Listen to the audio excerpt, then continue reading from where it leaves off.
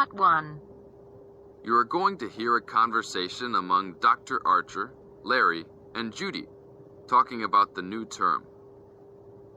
First, you have some time to look at questions 1 to 6.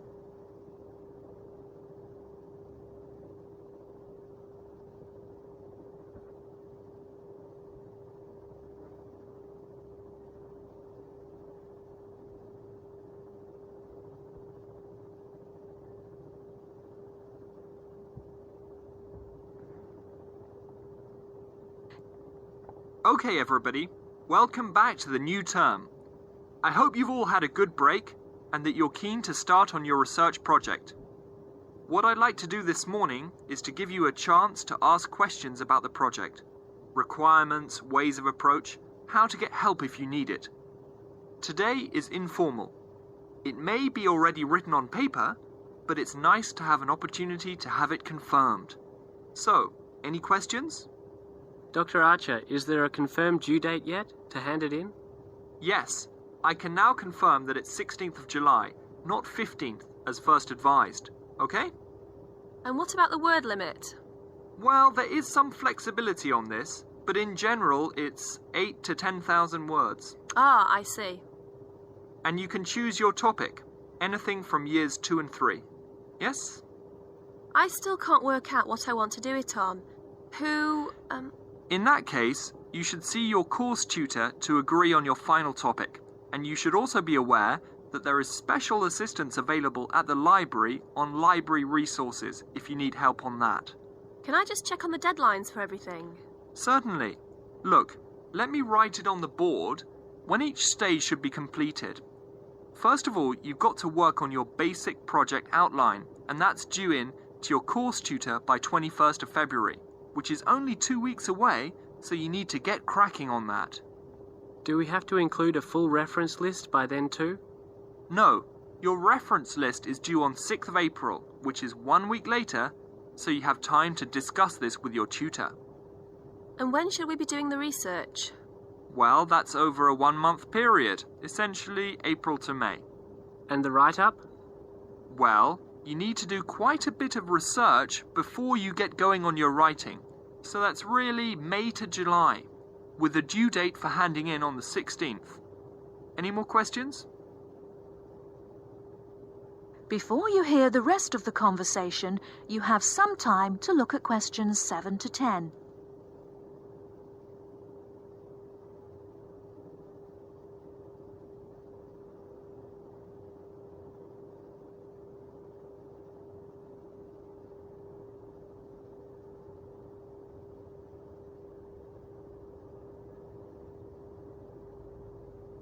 Now listen and answer questions 7 to 10. Well, sir, just some advice really. It's about the research approach. Would you advise us to use some case studies?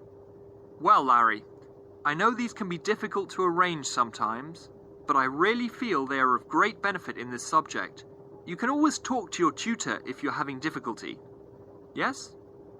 I've looked over some previous research projects that are in the library. Is that a good idea, sir? I heard... Okay. I don't think you should go through them in detail, especially at this early stage, or you might end up being influenced by them more than you realize. But yes, it really is about the best guide you can have to what's required to what's expected in this type of project. Sorry, Judy, I butted in on you. That's all right. It's just that I noticed one project was a joint one. They worked together as a pair. Is that a good idea? Yes, I remember that paper. Working in a pair can have some advantages, but to be frank, this is meant to be an individual project, so it's best to work on your own. About using subjects, is it okay if we use family members? Your own relatives? I don't see why not. They probably offer some advantages in terms of availability. Although you need to guard against possible effects on your research outcomes. So, you can if you want. Perhaps you should discuss this with your tutor if you plan to use relatives, so you can approach it in the best way. Okay, thanks. Okay then. Well, I hope we've been able to sort out a few things. You're welcome to see me at any time, or drop me a note if you have any more queries. Fine, thanks. That is the end of part 1. You now have half a minute to check your answers.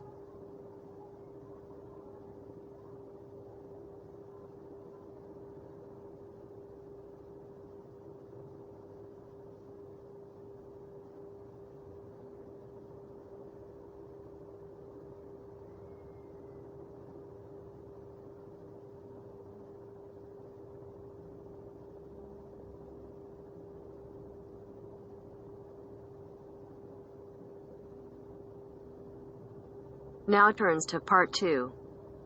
Part 2. You will hear a conversation between two people who are about to share a project at work. First, you have some time to look at questions 11 to 15.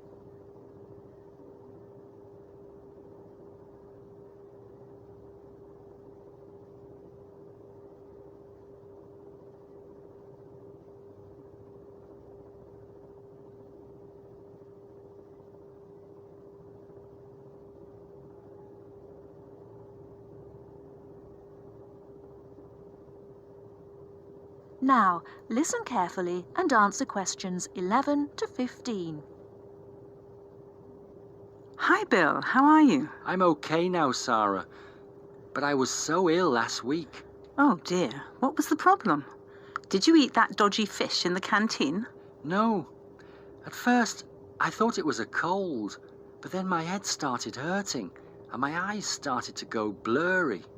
Oh, I'm so sorry. That sounds serious. Yeah, it's okay, actually. I went to the doctor, and he diagnosed me with a migraine. He gave me some medicine, and I'm starting to feel much better. Oh, I'm glad to hear that. Well, I'm also glad you're in today, because we have to work on a new project together. Oh, are we in the same section? No, it's just us. No one else. Mr. Donaldson put us down as B team because we live near each other. That could be fun. What do we have to do? Well, the project is partly internet research, then checking reference books for information to prepare a survey, which we have to use with people we know. Great! What's the topic? It's to do with shopping over the last 10 years. We have to find out how customers have changed their behaviour. Okay, so what's the first step? I think the first thing to do is to check the list of references he gave me. But my computer is in for repair, so if I check in the reference library, would you be willing to look up some references online? Once we're done with the reference checks, we can write the questions together. That's fine. I'll do the internet research. So, what sort of shopping are we looking at? Only food or goods or clothes shopping? We have to find people who are willing to tell us about personal things, like deodorants, cosmetics, soap, or vitamin creams. The other groups are doing food, electrical goods, and clothes. That won't be so easy, Sarah. Before you hear the rest of the talk, you have some time to look at questions 16 to 20.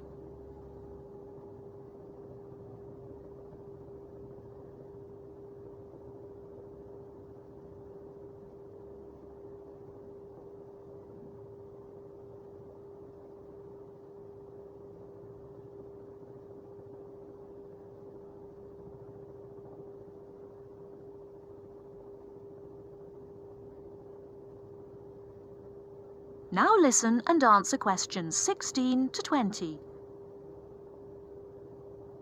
People might think those things are a bit private. Yes, I thought about that. I'll ask the women and you can ask the men. That should work okay. Well, if you think so. Give me the list of references then. Sorry, I left them in my other bag at Joseph's house. I'll get them for you tomorrow. Okay. Well then, this afternoon, I think I'll catch up on the notes from last week. Can you help me, or are you busy? I've made you a copy of my notes already to save you time. Here you are. Wow, thanks, Sarah. That's so thoughtful. Well, since there's nothing for us to do right now, shall we go for lunch? Well, actually, I'll have to catch you later. I have to go to a meeting this afternoon. Can I phone you tonight to arrange when to meet? No, sorry. I have a date. Can we meet in the laboratory for the first class tomorrow? I'm not sure because I have to go to the library to collect some books. What about meeting there at lunchtime? Do you mean in the lab? Yes. Okay.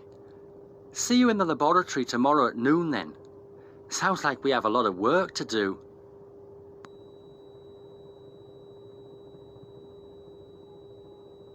That is the end of part 2. You now have half a minute to check your answers.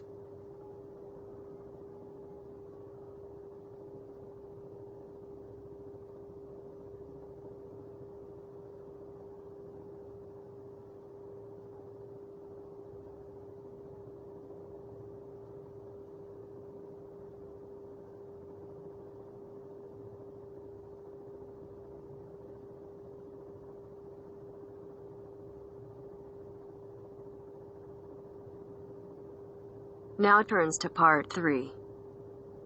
Part 3. You are going to listen to a conversation between a tutor and 2 students. In the first part of the discussion, they talk about a fellow student. First, look at questions 21 to 23.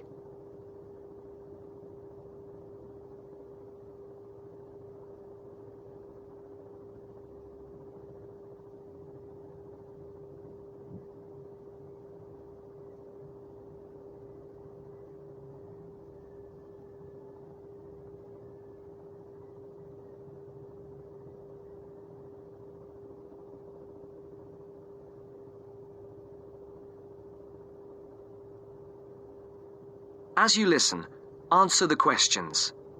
Write no more than 2 words for each answer. Ah, Francis and Steve, hi.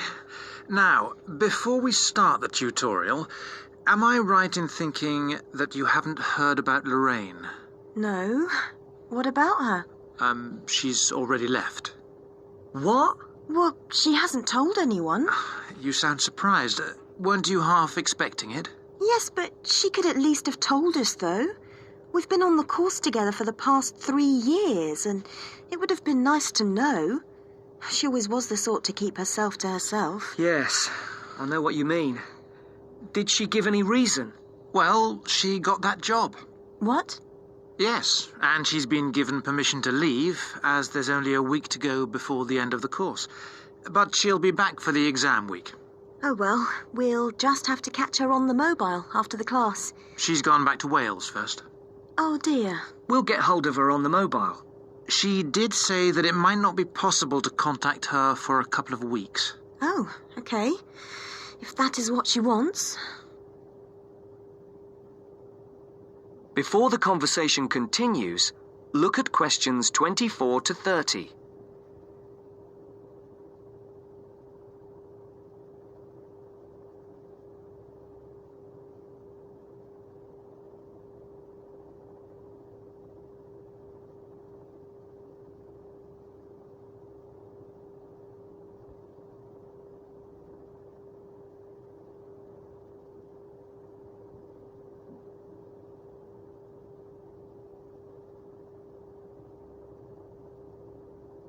Now listen to the second part of the discussion. The tutor and the 2 students are talking about assessment marks. For questions 24 to 30, there are 4 alternatives: A, B, C, and D. Decide which alternative is the most suitable answer and circle the correct letter. Right, to work. We're here to look at your assessment marks for your coursework. I take it you haven't seen them yet? No. Not yet. Well, you'll both be pleased. In fact, very pleased. Yes? Francis, you have come out with the top mark in the year. Oh. You have, in fact, got a starred first. Wow. Aren't you pleased, Francis? Yes, I'm just speechless. And, what about me?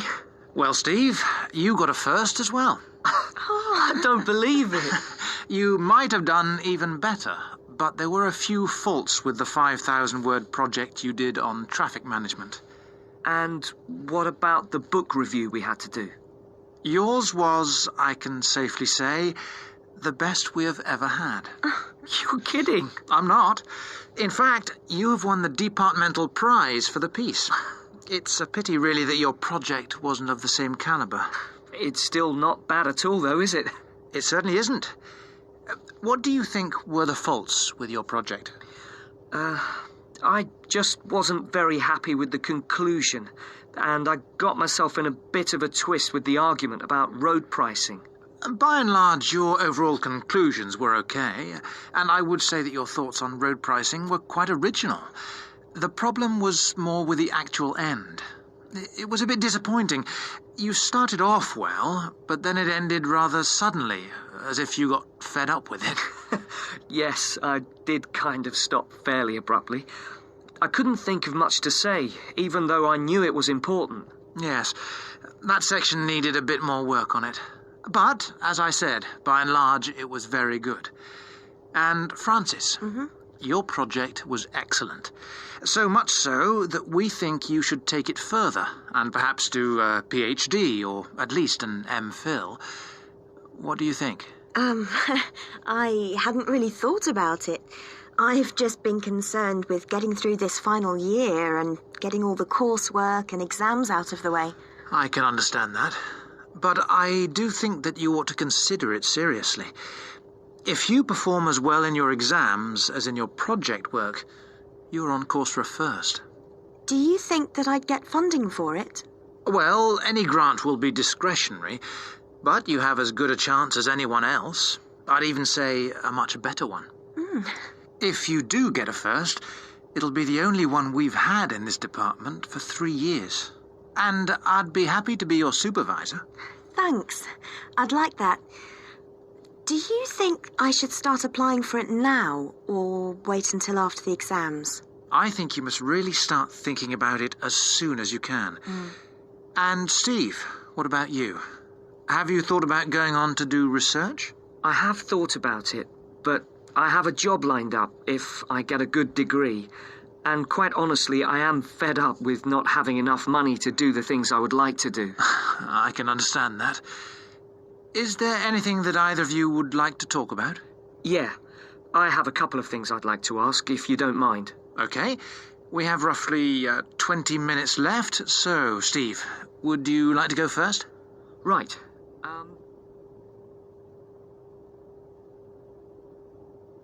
That is the end of part 3. You now have half a minute to check your answers.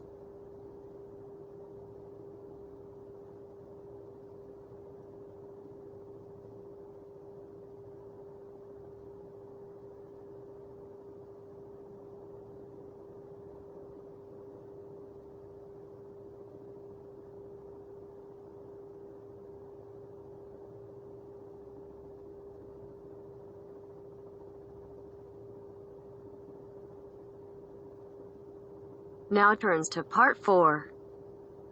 Part 4. In this section, you are going to hear a lecture. Questions 31 to 40 are based on the lecture. Before you listen, please look at questions 31 to 40.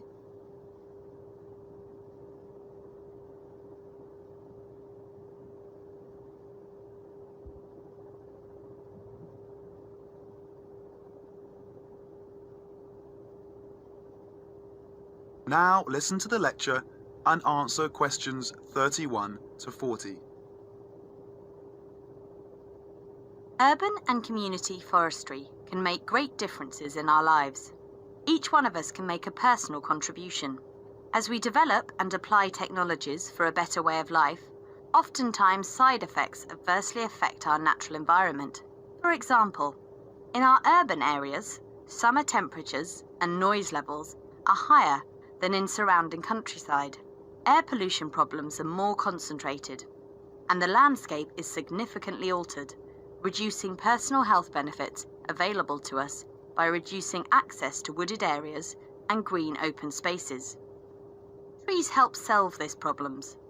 Now, 75% of us live in cities and towns, and we can act individually to improve our natural environment through planting and care of trees on our own streets, and by supporting community-wide forestry programs. Through technology, we are learning more about trees and how they benefit mankind, and how we can do a better job of planting and caring for these trees that make up our urban forests. Trees are major capital assets in Australia's cities and towns.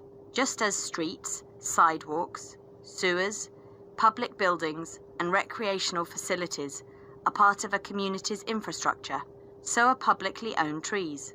Trees, and collectively the urban forest, are important assets that require care and maintenance, the same as other public property.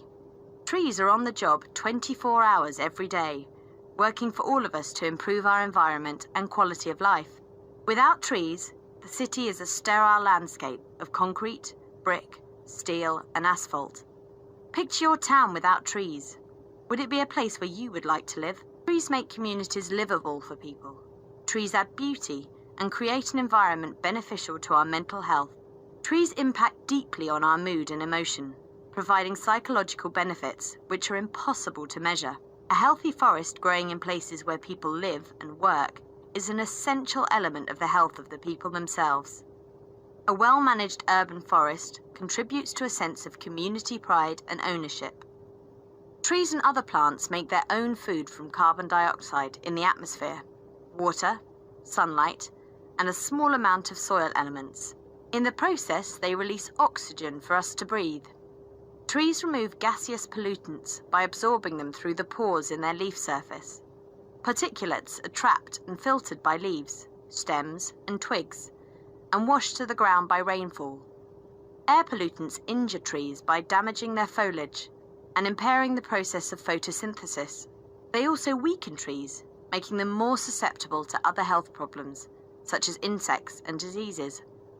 The loss of trees in our urban areas not only intensifies the urban heat island effect from loss of shade and evaporation, but we also lose a principal absorber of carbon dioxide and trapper of other air pollutants as well.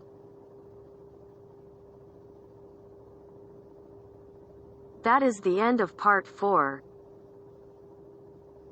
You now have half a minute to check your answers.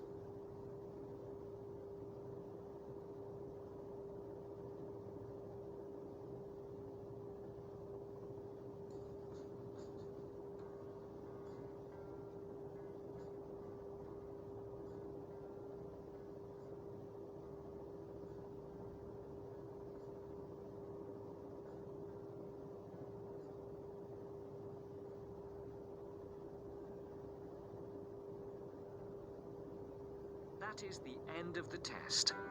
You now have 10 minutes to transfer your answers to your IELTS Listening answer sheet.